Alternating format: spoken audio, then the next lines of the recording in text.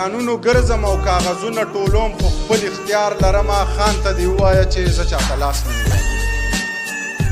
په ډیرانونو ګرځم او کاغذونه ټولوم خو خپل اختیار لرمه خان ته دې ووایه چې زه چاته لاس نه نیوم سوال د الله نه کوم او تمه د ځانه کوم زما انداز داسې دی زما خبرې ټولې په خجې نه جدي دي خو مطلب دا نه دی چې ته ګنې غټ سړی یې زما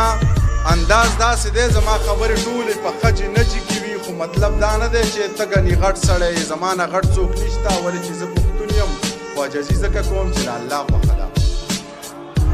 زما نه غټ څوک نشته ولې چې زه پښتون یم خو عاجزي ځکه کوم چې د الله خوښه ده لاړ شه اشنا ووایه رښتیا رښتیا ووایه او ښه برمله ووایه خان ته دې بیا ووایه منیر پاگل سړی دی چا پروا نه ساتي توره دې قاش کې